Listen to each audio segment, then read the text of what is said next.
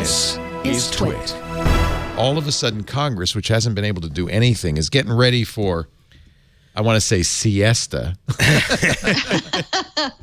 They're getting ready for the session to end, and so they thought, well, we better get to work and do a few things. Obviously, they didn't want the government shut down, so they passed a, what was it, a $1.6 trillion budget. $1.3 trillion. And on page 2024 of this massive omnibus bill, they stuck in a rider that put through the Cloud Act. So first of all, maybe I better get the lawyer here. Explain to us, this thing has been hanging around. The Cloud Act's been hanging around for at least a year. What is the Cloud Act? It's been hanging around, and it's been sort of put on the fast track because of a case before the Supreme Court right now involving Microsoft.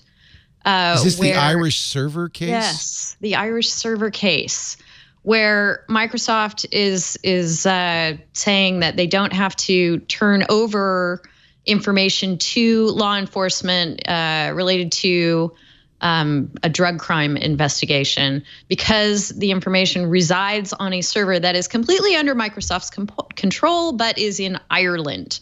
So they have taken that case all the way up to the Supreme Court. It was argued, I think just last month. We should have a decision on it soon. But right there in the chambers, as it was being argued, were lawmakers who are proponents of the Cloud Act, as though to emphasize to the Supreme Court members that, we may enact something that makes this completely moot for you. Well, guess what? They did. They did. By sneaking it into the budget, getting it passed and signed, it is the law. Right.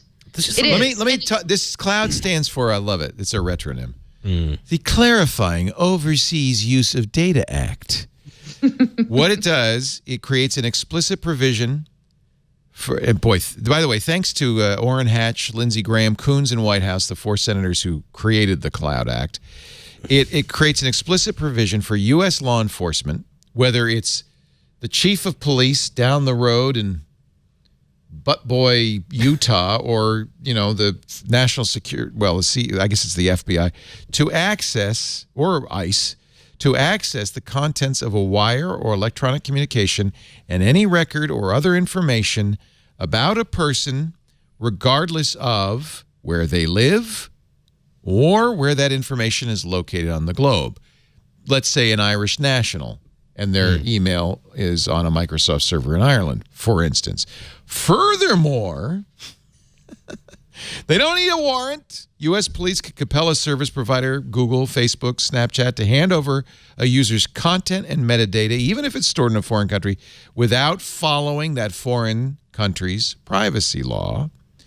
Furthermore, the president can enter into, quote, executive agreements, in other words, no oversight, with foreign governments that would allow those governments to acquire users' data stored in the other country without following each other's privacy laws. So China could come to Google and say, our Chinese national, maybe a dissenter, had a conversation with Leo that's on your servers. We would like that.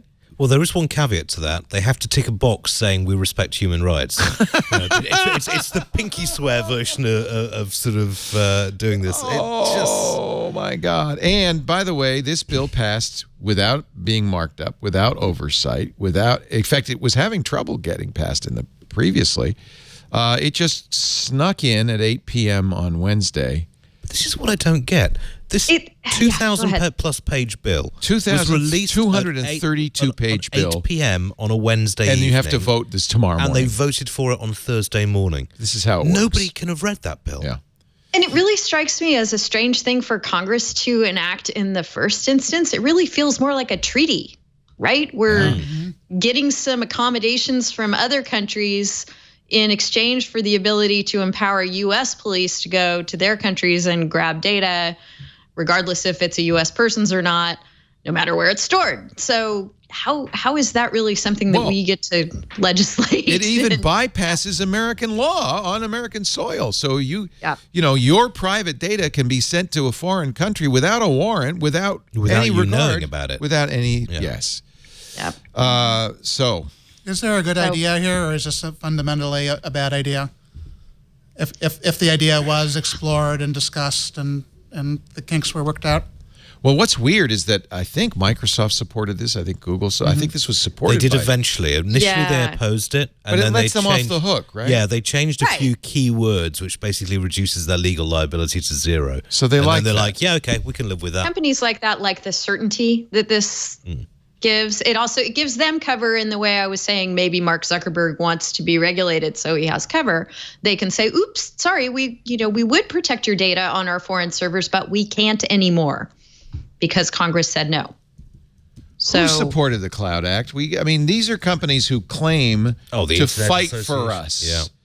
Yeah. And yet this is a clear example of them saying, "Yeah, we fight for you." But go ahead, pass that bill so we don't have to. So, Congress has tied our hands. Woe is me. Yes, of course you can have that data, sir. It's shamefully Apple cynical. supported it. Yeah. Microsoft supported it. And you remember when the Dublin case first broke and Microsoft were all up in arms about this, just like, we will fight for your rights.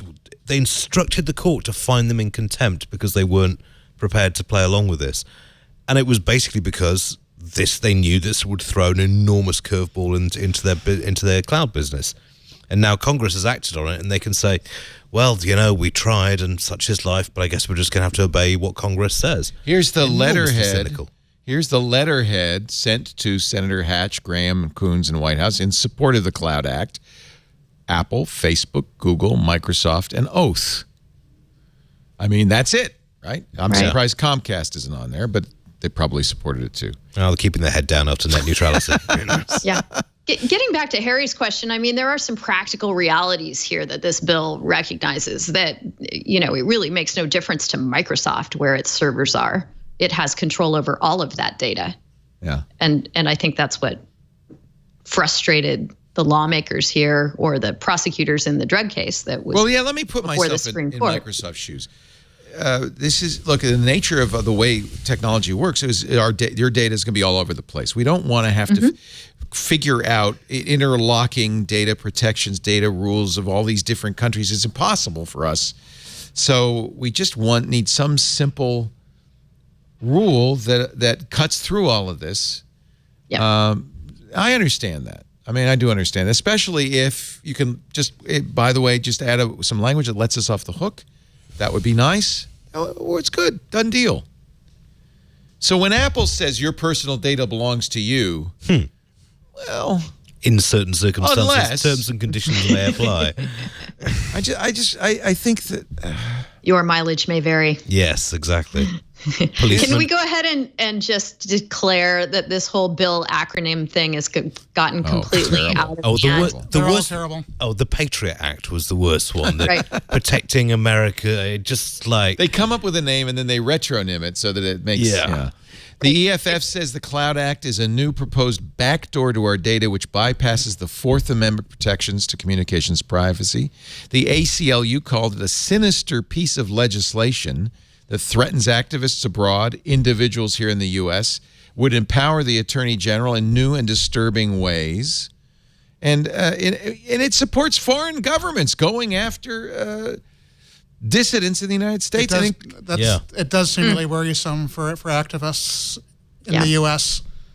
who might well tick off countries. Opposed by Amnesty International, People for the American Way, Human Rights Watch, the National Association of Criminal Defense Lawyers, all said that this bill is a bad idea.